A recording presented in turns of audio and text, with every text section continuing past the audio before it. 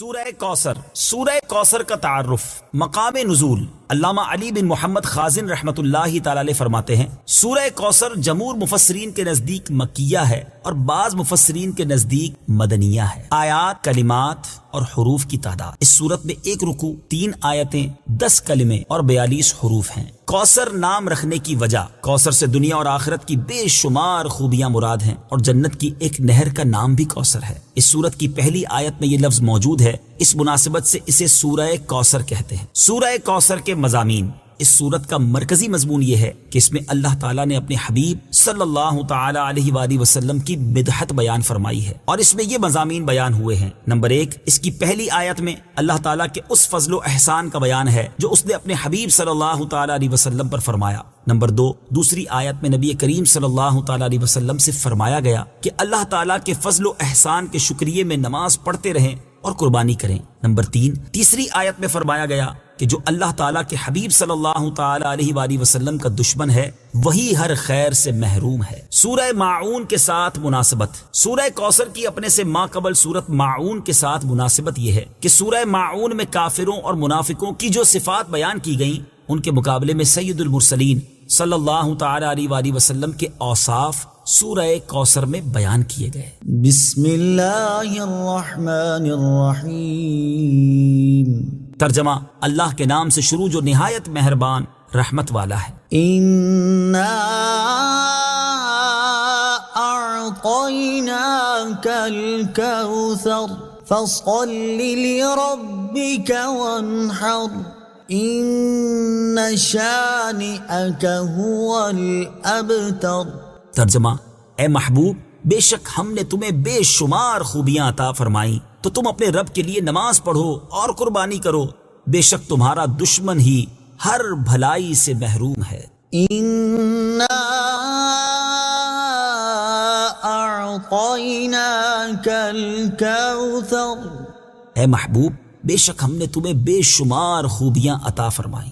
تفسیر صراط الجنان میں ہے، کوثر کی تفسیر میں مفسرین کے مختلف اقوال ہیں، ان سب اقوال کا خلاصہ یہ ہے کہ اے محبوب، بے شک ہم نے تمہیں بے شمار خوبیاں عطا فرمائیں اور کثیر فضائل عنایت کر کے تمہیں تمام مخلوق پر افضل کیا، آپ کو حسن ظاہر بھی دیا، حسن باطن بھی عطا کیا، نسب عالی بھی، نبوت بھی، کتاب بھی، حکمت بھی، علم بھی، شفاعت بھی، حوض کوثر بھی، مقام محمود بھی، امت کی کثرت بھی، دین کے دشمنوں پر غلبہ بھی، فتوحات کی کثرت بھی، اور بے شمار نعمتیں اور فضیلتیں عطا کی جن کی انتہا نہیں۔ آیت اِنَّا أَعْطَيْنَاكَ الْكَوْثَرَ سے حاصل ہونے والی معلومات، اس سے 5 باتیں معلوم ہوئی۔ نمبر 1، اللہ تعالیٰ نے اپنے حبیب صلی اللہ تعالی علیہ وآلہ وسلم کو کوثر عطا کر دی ہے، کیونکہ یہاں یہ نہیں فرمایا گیا کہ ہم آپ کو کوثر عطا کریں گے، بلکہ یہ فرمایا کہ بے شک ہم نے آپ کو کوثر عطا کر دی۔ نمبر 2، اللہ تعالیٰ کی اپنے حبیب صلی اللہ تعالی علیہ وآلہ وسلم پر یہ عطا ان کے نبی اور رسول ہونے کی وجہ سے نہیں، بلکہ آپ علیہ الصلوۃ والسلام کی ذات کی وجہ سے ہے، جو شان محبوبیت کی صورت ہے، کیونکہ یہاں یہ فرمایا أَعْطَيْنَاكَ، ہم نے آپ کو عطا فرمائی، یہ نہیں فرمایا کہ اعطینا الرسول یا اعطینا النبی۔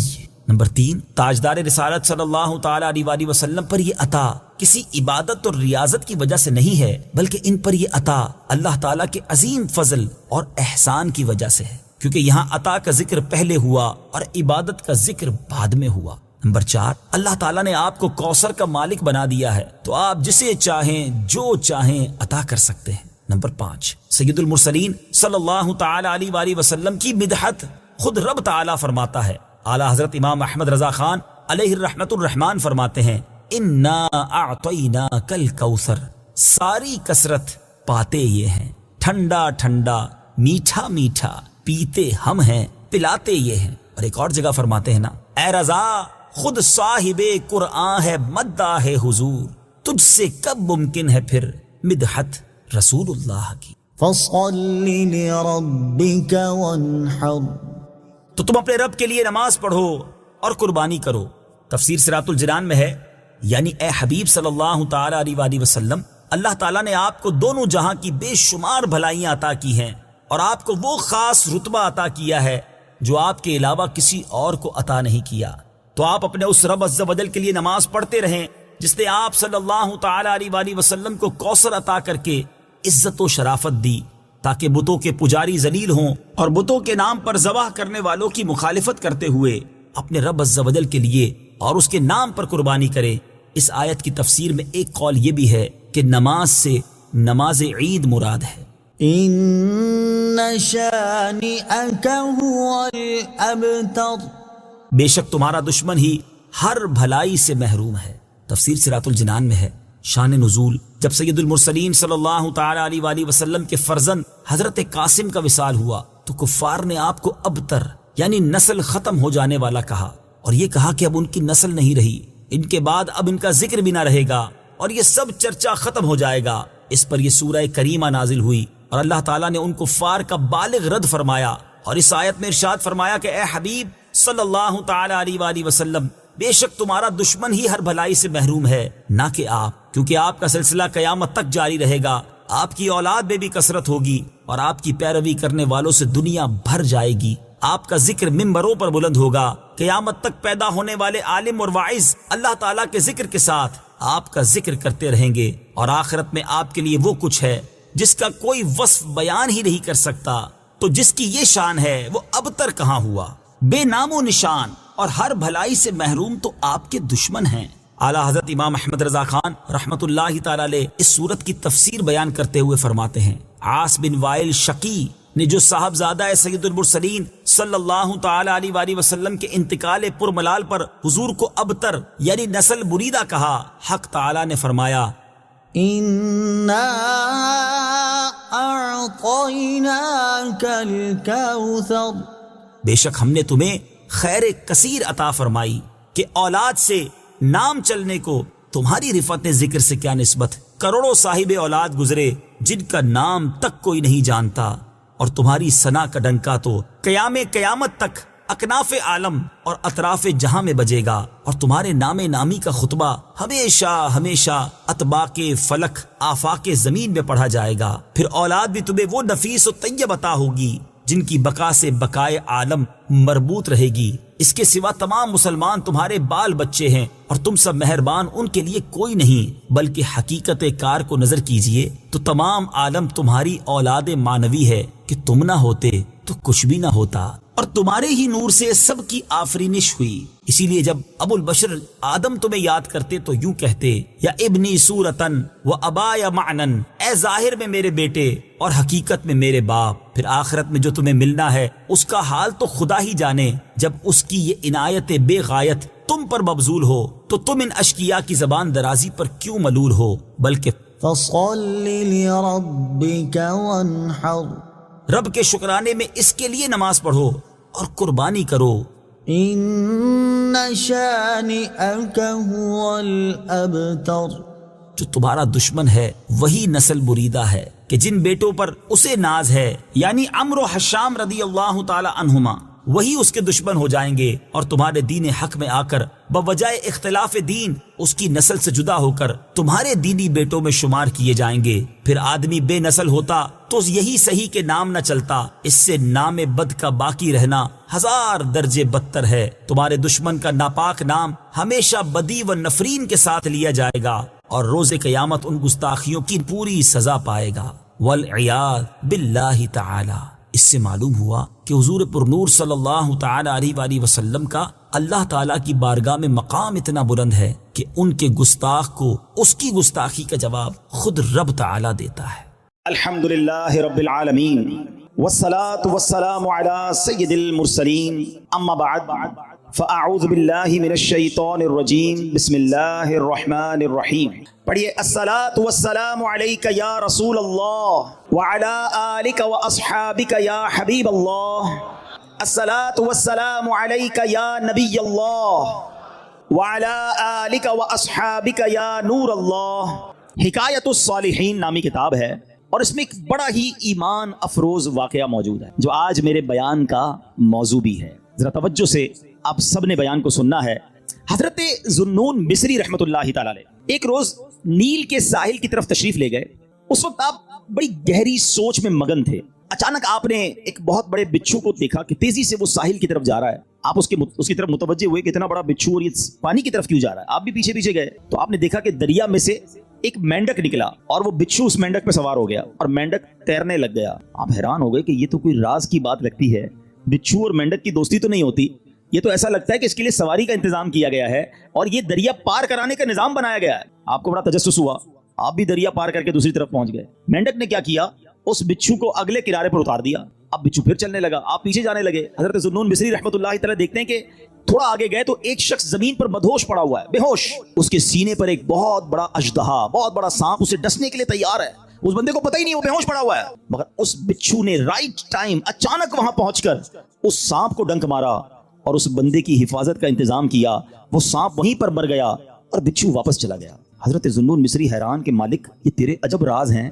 اس بے ہوش بندے کو تو پتہ ہی نہیں ہے کہ اس کی حفاظت کے لیے تو نے انتظام کیا کیا ہے. لیکن حضرت ذوالنون مصری رحمۃ اللہ تعالی علیہ سب کہتے ہیں کہ میں سمجھ گیا کہ یہ بندہ ہے بہت بڑی چیز, اللہ کا بڑا نیک بندہ ہے کہ اس کی حفاظت کے لیے رب نے دوسرے علاقے سے بچھو بھیجا جس نے سانپ کو ڈسنے سے روک لیا, حالانکہ بندہ بے ہوش پڑا تھا.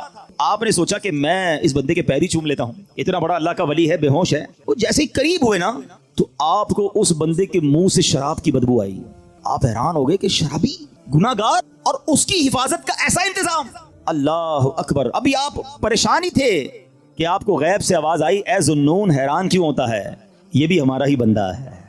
اگر اللہ صرف نیکوں کی حفاظت فرمائے گا, اگر نیکوکاروں کی ہی رب حفاظت فرمائے گا, تو اے ذوالنون گناہگاروں کی حفاظت کون کرے گا. ہائے ہائے. حضرت ذوالنون نے جب یہ سنا تو آپ وجد میں آ گئے, آپ کی کیفیت ہی بدل گئی. اللہ اکبر. جب سورج غروب ہونے لگا, ساحل پر ٹھنڈی ٹھنڈی ہوا چلنے لگی, تو اب اس نوجوان کے جسم میں کچھ حرکت پیدا ہوئی. تھوڑی دیر بعد وہ ہوش میں آیا. حضرت ذوالنون اس کے قریب ہی بیٹھے تھے. آپ کو دیکھ کر شرمندہ ہوا, شرمندگی سے کہتا حضور آپ ادھر کیسے؟ آپ اللہ کے ولی تھے, بڑے مشہور شخصیت تھے. وہ بندہ آپ کو پہچان گیا. تو آپ نے فرمایا پہلے یہ بتاؤ کہ تم کون ہو, میرے بارے میں چھوڑو. اس نے کہا حضرت آپ تو دیکھ ہی رہے ہیں میں شرابی آدمی ہوں. آپ نے فرمایا ذرا بائیں طرف دیکھو, اپنی ذرا قریب دیکھو. اس بندے نے دیکھا تو مرا ہوا بہت بڑا سانپ پڑا ہوا. حضرت ذوالنون مصری نے اب اس کو سارا واقعہ سنایا کہ میں تو کہیں اور تھا, میں نے ایک منظر دیکھا, بچھو اور مینڈک کے پیچھے ادھر آیا, اللہ نے تیری حفاظت کا کیسا انتظام کیا, تو رب کی نافرمانی کرتا ہے اور وہ مالک تیری حفاظت فرما رہا ہے. اللہ اکبر. جب اس شرابی نے یہ واقعہ سنا وہ زارو کتار رونے لگا, اور اس کے بعد اس نے جو ہے اس نے بڑا کمال کا جملہ کہا, اگر وہ ذات گناہ گاروں کو ایسا نوازتی ہے تو پھر نیکوں کو کیسا نوازتی ہوگی. جب اپنے نافرمانوں کو وہ ایسا نوازتا ہے تو اپنے فرما برداروں کو کیسا نوازتا ہوگا. یہ کہہ کر وہ شخص نے سارے گناہوں سے توبہ کی, اب مجاہدات کرنے لگا, اب عبادتیں کرنے لگا. ایک وقت ایسا آیا کہ اس بندے کا شمار اللہ کے مقبول بندوں میں ہونے لگ گیا, وہ بھی اللہ کا ولی بن گیا. میرے پیارے اسلامی بھائیوں, مدنی چینل کے ناظرین, یہ واقعہ ہم سب کے لیے بہت بڑا پیغام ہے. ہم اللہ کی نافرمانی کرتے ہیں اور روزانہ ہی کرتے ہیں, مگر وہ رب ہم سے نعمتوں کو روکتا نہیں ہے. وہ ہم سے اپنی نعمتوں کو نہیں روک رہا. ہمارا رزق بند نہیں ہو جاتا. دنیا کا کیا دستور ہے, یہاں کاروباری لوگ بھی بیٹھے ہیں, ہمارے پاس کوئی بندہ نوکری کرے, ہم اس کو کہیں بیٹا آپ کا کام یہ ہے کہ روزانہ جانا ہے, اپنے مارکیٹ سے وصولی کرنی ہے, اور یہ موٹر سائیکل میں آپ کو دیتا ہوں کیونکہ آپ کو روز جانا ہے, سفر کے لیے آپ کو موٹر سائیکل دیتا ہوں. بڑا مینیجر بن جاتا ہے, لوگ گاڑی دیتے ہیں, ٹھیک ہے. اچھا, اب وہ سیٹ جو ہے وہ دیکھے کہ یہ جاتے کہیں نہیں ہے, سارا دن ادھر ہی بیٹھا رہتا ہے, 1 دن 2 دن 15 دن 1 مہینہ, پھر وہ کیا کہے گا, بھائی یا تو وصولی کرنے جاؤ یا ورنہ میری موٹر سائیکل واپس کرو. فائدہ کیا تمہیں موٹر سائیکل دینے کا؟ جو فیسلٹی دیتا ہے کوئی ہمیں کسی کام کے لیے دیتا ہے نا, اگر وہ کام نہ کریں تو وہ فیسلٹی واپس لے لی جاتی ہے. سچ بتاؤ میرے رب نے مجھے اور آپ کو آنکھیں کیوں دی ہیں؟ کیا حرام دیکھنے کے لیے دی ہیں؟ تلاوت کے لیے دی ہیں. ماں باپ کو محبت سے دیکھنے کے لیے دی ہیں. اللہ کے گھر کو دیکھنے کے لیے دی ہیں. اللہ نے جو حلال چیزیں ہمیں دی ہیں وہ دیکھنے کے لیے دی ہیں. کبھی ایسا ہوا کہ ہم حرام دیکھیں اور اندھے ہو جائیں, یار میری آج آنکھیں بند ہو گئیں, کیوں؟ بس وہ حرام دیکھ لیا تھا. نہیں, ہم گناہ کر رہے ہیں, وہ نعمتیں نہیں روک رہا ہے. یہ ہاتھ اس لیے نہیں دیے کہ اس سے حرام کام کیے جائیں, اس سے ظلم کیا جائے, مگر یہ ہاتھ حرام کی طرف اٹھتے ہیں, رب ہاتھ واپس نہیں لیتا. پیر گناہ کی طرف جائیں تو لنگڑے ہو جانے چاہیے تھے ہم, کہ بندہ کہے یار آج پیر نہیں چل رہے, کیوں؟ یار وہ کل میں جوا کھانے گیا تھا, میں شراب کھانے گیا, میں سنیما گیا, اللہ کی نافرمانی کے لیے چلا تھا, میرے رب نے پیر واپس لے لیے. اصول تو یہ بندہ ہے, مگر اس کی شان دیکھو کہ ہم روز نافرمانی کرتے ہیں. وہ ہمیں رزق دے رہا ہے, عزت بھی دے رہا ہے, آزاد بھی سلامت ہیں. تک اللہ کو ناراض کریں گے, کب تک اس رب سے دور رہیں گے؟ وہ ایسا کریم ہے, دنیا میں کسی کی بات نہ مانو, وہ نوکری سے نکال دیتا ہے, مگر رب ایسا کریم ہے کہ بندہ اگر جب اس کی بات ماننے لگ جائے نا, ایک بار دل سے توبہ کر لے, وہ اس کے سارے گناہ بھی معاف کر دیتا. اللہ اکبر. اے میرے پیارے اسلامی بھائیو، یہ ہے میرا مالک جو ہمارے عیب چھپاتا ہے. ہم اکیلے میں گناہ کرتے ہیں، وہ بتاتا نہیں کسی کو، ورنہ وہ چاہے تو ہم سب کے عیب کھل جائیں. جو لوگ ہمیں عزت سے دیکھتے ہیں، جو محبت سے ملتے ہیں، جو ہمیں بڑے نیک سمجھتے ہیں، اللہ تو جانتا ہے نا ہماری حالت کیا ہے. پنجابی شاعر کہتا ہے نا، دنیا والوں کو پتہ چل جائے نا ہمارا ایک عیب، ایک فوراً میسج چلائیں گے، پتہ چلا اس نے یہ کیا ہے. ہاں، ماں باپ بھی گھر سے نکال دیں گے. میرا مالک کیسا کریم ہے، اسے معلوم ہے ہم کتنے برے ہیں، مگر وہ رحم کرنے والا ہے، وہ کرم کرنے والا ہے. ہم پھر بھی اس سے دوستی نہیں کرتے، ہم پھر بھی اسے ناراض کرتے ہیں. پیارے اسلامی بھائیوں، کب تک ہم گناہ کرتے رہیں گے؟ کب تک اللہ کو ناراض کرتے رہیں گے؟ اگر وہ مالک ناراض ہو گیا تو برباد ہو جائیں گے. اس کی رحمت چاہتی ہے کہ میں اور آپ بخشے جائیں، مگر ہم ہیں کہ یا تو توبہ نہیں کرتے، اور توبہ کرتے ہیں تو پھر اس پر قائم نہیں رہتے. حالانکہ نبی پاک علیہ الصلوۃ والسلام کی کیسی کیسی حدیثیں ہیں کہ جو توبہ کرتا ہے اللہ اس سے کتنا راضی ہوتا ہے. آئیے حدیث پاک سنانے سے پہلے میں آپ کو قرآن پاک کی آیت سناتا ہوں. اللہ کریم قرآن مجید میں ارشاد فرماتا ہے، سورہ بقرہ میں دوسرے پارے آیت نمبر 222 میں ارشاد فرماتا ہے، ان اللہ یحب التوابین، بے شک اللہ پسند کرتا ہے بہت توبہ کرنے والوں کو. اور اللہ جب توبہ قبول کرتا ہے نا تو سنو کیسا کریم ہے. دنیا میں اگر ہمارا کوئی جرم ہو جائے نا، کوئی خطا ہو جائے، مثال کے طور پہ کسی کی پولیس میں کوئی رپورٹ درج کر دی جائے، تو جب بھی آپ کسی کا ریکارڈ نکالتے ہیں نا، بے شک وہ مقدمہ ختم بھی ہو گیا ہو، یا سزا ہو گئی ہو، یا سلو ہو گئی ہو، لیکن جب آپ بندے کا کریکٹر سرٹیفکیٹ نکالتے ہیں تو اس کا وہ جرم آ جاتا ہے کہ اس نے 10 سال پہلے یہ غلطی کی تھی، 15 سال پہلے اس پر یہ مقدمہ ہوا تھا. نہ لوگ بھولتے ہیں، نہ دنیا بھولتی ہے.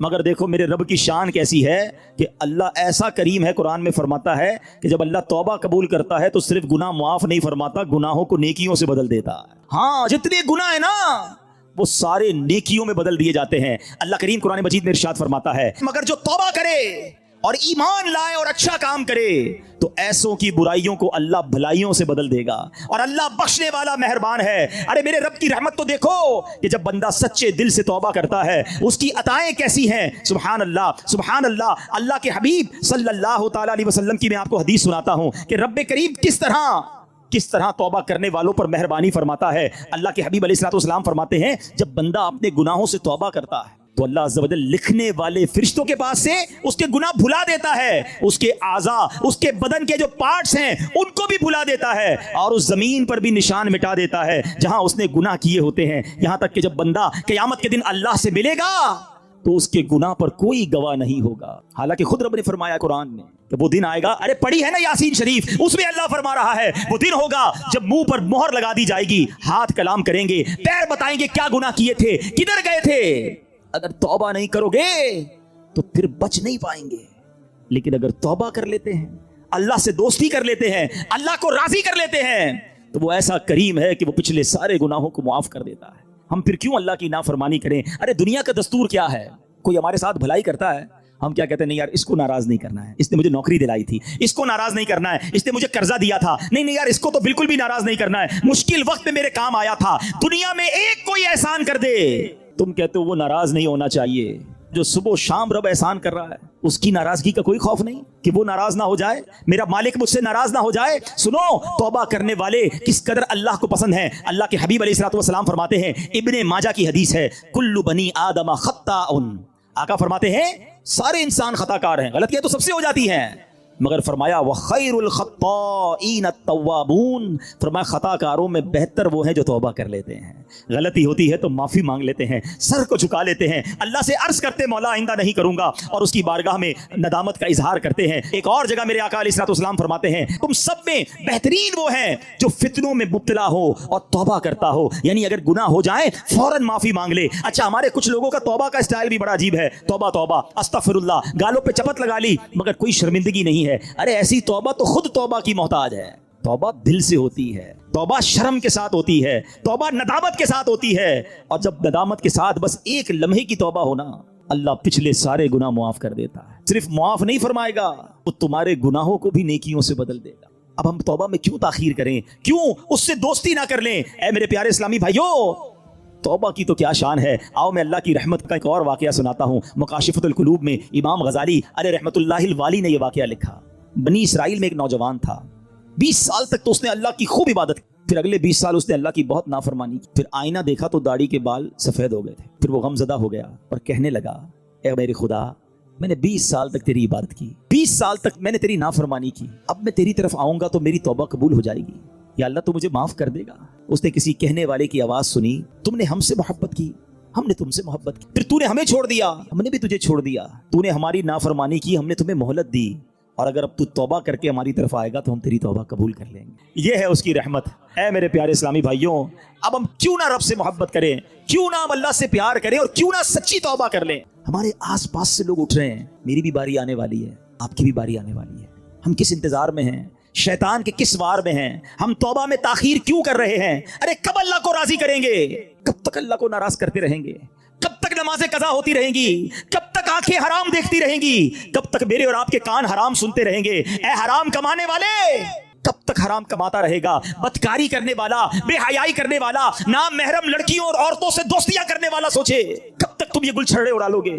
جوا کھیلنے والا سوچے کب تک میں یہ کام کر لوں گا؟ ارے اچانک یہ اعلان ہوگا کہ فلاں کا انتقال ہو گیا ہے، ہمارے ہی دوست ہمیں کاندھوں پر اٹھائیں گے، ہمیں قبر میں ڈال کر آ جائیں گے۔ یہ دوست جو آج تھوڑی سی ہماری گھبراہٹ پر ہمارے ساتھ کھڑے ہو جاتے ہیں، پتہ ہے جب قبر میں اتاریں گے نا تو لوگ کہہ رہے ہوں گے ذرا صحیح طریقے سے مٹی ڈالو، کوئی سوراخ باقی نہ بچ جائے، ہوا بھی نہیں چھوڑیں گے، ایک سوراخ بھی نہیں چھوڑیں گے، مجھے اور آپ کو تنہا قبر میں چھوڑ کر آ جائیں گے۔ پھر کیا ہوگا؟ میرے اور آپ کے پاس کیا بچے گا؟